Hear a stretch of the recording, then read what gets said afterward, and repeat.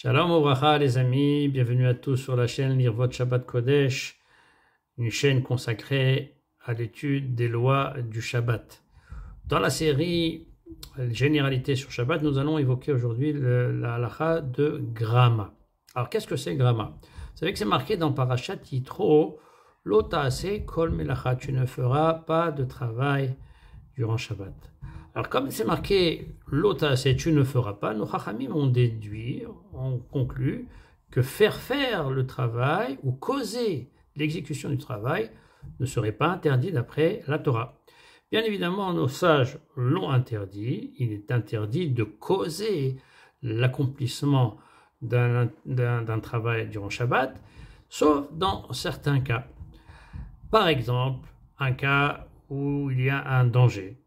On pourrait causer un interdit pour éviter un danger, ou par exemple une perte, ou par exemple une grande nécessité, ou par exemple l'accomplissement du mitzvah.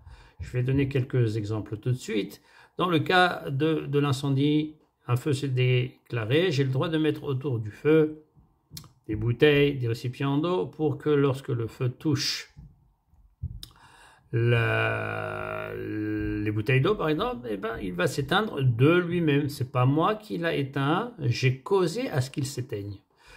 Par exemple, je voudrais étudier un peu plus la Torah le vendredi soir, mais d'après la minuterie, l'extinction va bientôt arriver. Alors j'ai le droit de modifier l'heure de la minuterie, de régler la minuterie pour que l'extinction se fasse un peu plus tard.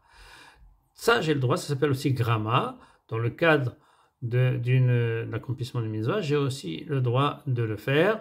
Ou par exemple, Grama, utiliser des procédés pour soulager un malade.